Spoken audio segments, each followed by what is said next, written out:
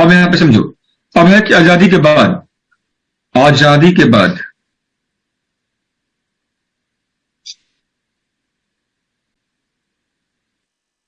ठीक है, असम राइफल को जो काम दिया गया, ठीक है ना, आजादी के समय याद रखना आप लोग, जब देश आजाद हुआ था तो उस समय असम राइफल में बहुत मुश्किल से टोटल जो बटालियन था, 5 बटालियन था। धीमे धीमे इसका जो हेडक्वार्टर रखा गया था वो शिलोंग में था, तो धीमे धीमे बटालियन की क्षमता को बढ़ाया गया। और वर्तमान में अगर हम बात करें तो असम राइफल में टोटल जो बटालियन है वो 46 बटालियन है, और उसमें टोटल जो सैनिक हैं उनका संख्या है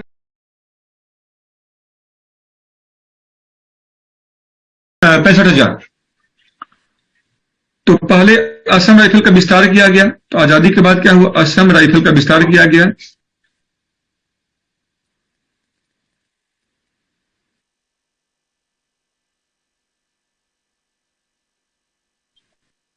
ठीक है, और इस पहल में क्या हुआ, आजादी के समय 5 बटालियन था यहां पे,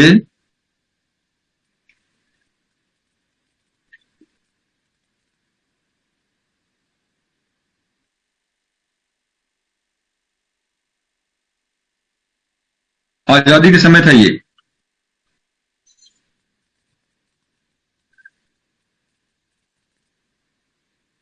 जो आज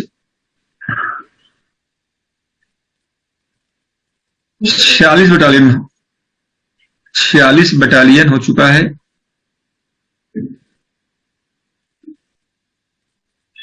बदल चुका है।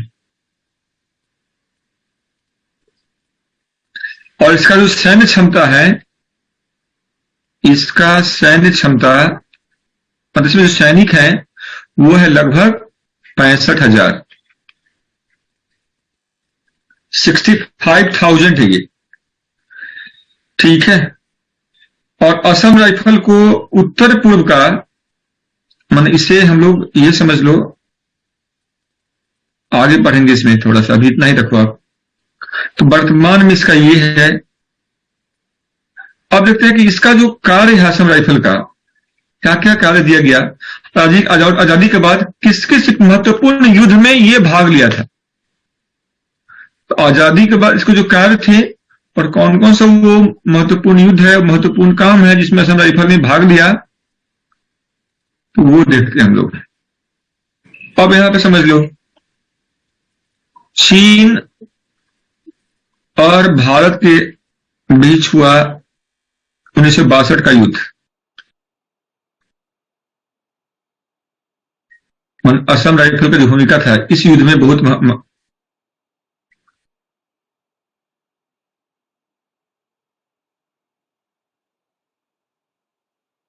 असम राइफल की जो भूमिका है, चीन भारत के बीच में युद्ध हुआ था 1962 में, और इसमें इसने बहुत महत्वपूर्ण भूमिका निभाया था। दूसरा,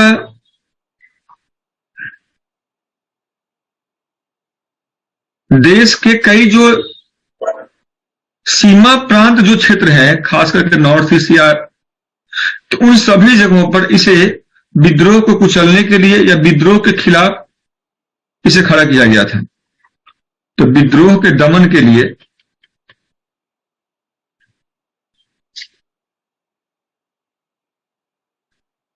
या रोकने के लिए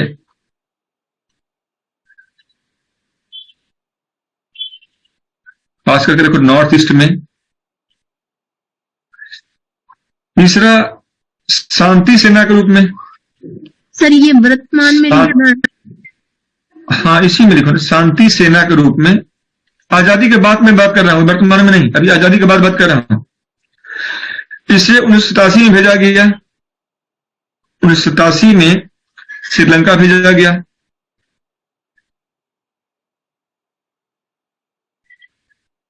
और यही जो है बाद में ये जो भेजा जाना है, कहीं ना कहीं राजीव गांधी की मृत्यु का बहुत बड़ा कारण बना ये।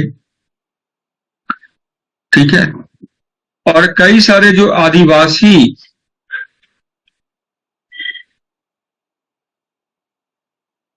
जो विद्रोह हुआ है, तो उसे रोकने के लिए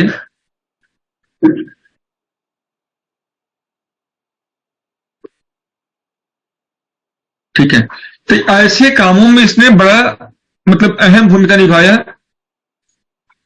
और अब हम बात करेंगे कि ये तरह असम राइफल का मुख्य भूमिका। वर्तमान में देखिए इसकी हालत क्या है। वर्तमान में याद रखना है, इसे अब नॉर्थ ईस्ट का, इसे नॉर्थ ईस्ट का दोस्त कहा जाता है, माने फ्रेंड्स ऑफ नॉर्थ ईस्ट, ये असम राइफल को कहा जाता है। और ये भारत और बर्मा जो सीमा है, भारत और बर्मा सीमा पे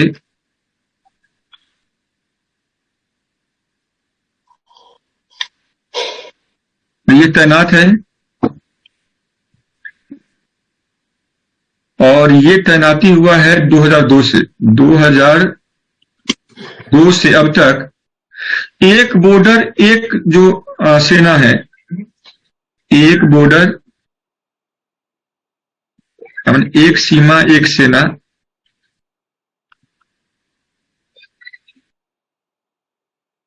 नीति के तहत, एक सेना एक सीमा नीति के तहत 2002 से असम राइफल को भारत और बर्मा सीमा पर इसको तैनात किया गया है। और इसे नॉर्थ ईस्ट का दोस्त क्यों कहा जाता है, जरा इसको समझ लेते हैं हम लोग हैं। 7 सिस्टर कहते हैं नॉर्थ ईस्ट को। तो नॉर्थ ईस्ट में 7 राज्य है, वो शुरू से ही मतलब वो भारत के साथ अपने आप को मानता ही नहीं था, वो भारत का भिन्न हिस्सा है। तो सांस्कृतिक भिन्नता कह लो, भौगोलिक भिन्नता कह लो, या शारीरिक भिन्नता कह लो, और इस भिन्नता के कारण या देश की आजादी की लड़ाई में उसका योगदान बहुत नहीं रहा। तो हमेशा से क्या हुआ, वो अलग थलग ही महसूस करते रहा। और ब्रिटिश पॉलिसी के तहत में भी यही हुआ कि ब्रिटिश पॉलिसी ने शेष भारत से उसे अलग थलग रखने का प्रयास किया। नॉर्थ ईस्ट को हम अलग रखते हैं तो वहां पे हम ईसाई मिशनरियों के द्वारा धर्म परिवर्तन बड़े स्तर पे कर सकेंगे। और ये इल्जाम भी लगे हैं और ये सही भी था। कई सारे एनजीओज जो इवन ब्रिटिश काल में ब्रिटिश के आजादी के बावजूद भी जो कर रहा था, चाहे वो ब्रिटिश मिशनरीज हों, चाहे कई एनजीओज हों, जो वहां पे ठीक है जो भी हिंदू थे उनको उन लोगों ने कन्वर्ट कराने का प्रयास किया और कन्वर्ट कर दिया लगभग ईसाई में। नतीजा है कि आज नागालैंड में कि 84% पॉपुलेशन है, पॉपुलेशन अब ईसाई हो चुका है। नागालैंड की मैं बात कर रहा हूं। और भी कई सारे राज्यों में एजुकेशन का लेवल बहुत अच्छा होने के बावजूद भी धर्मांतरण बहुत तेजी से करवाया गया लोगों का। तो वो ब्रिटिश का भी एक अपना उद्देश्य था कि यहाँ के जो लोग हैं इनको हम शेष भारत से अलग रखते हैं और उनमें एक ठीक है अलगाववाद की भावना को पनपा देते हैं। तो तय बात है कि ये जगह वो जगह पड़ेगा जहां पे हम ईसाईयत को फैला सकेंगे। और इसमें ब्रिटिश एक हद तक सफल भी रहा।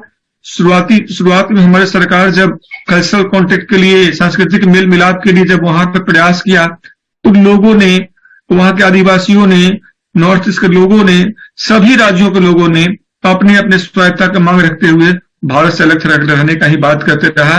अपना अपना राष्ट्र, अपना अपना राज्य, अपना अपना बोली, अपना अपना संस्कृति भिन्नता के हक को मांगते रहा। सरकार उसके साथ निगोशिएशन का दौर करते रहा, चलते रहा।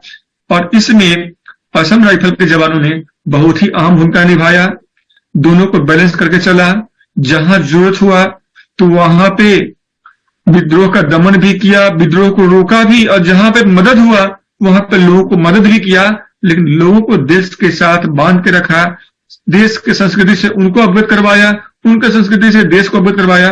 और कई प्रकार से नॉर्थ ईस्ट के लोगों के लिए भी वो वरदान साबित हुआ और हमारे लिए भी वो ठीक है।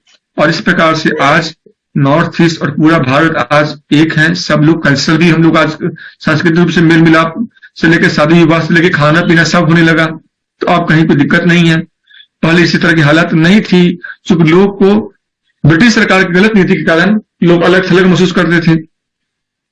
इतना बात से याद रखना। तो असम राइफल का कई सारा भूमिका है। जब शांति की जरूरत वहां पे शांति भी, जहां पे लड़ना है वहां पे लड़ाई भी, ठीक है। जहां पे तो यही होता है सेनाओं का जवाबदेह पूर्ण गतिविधि।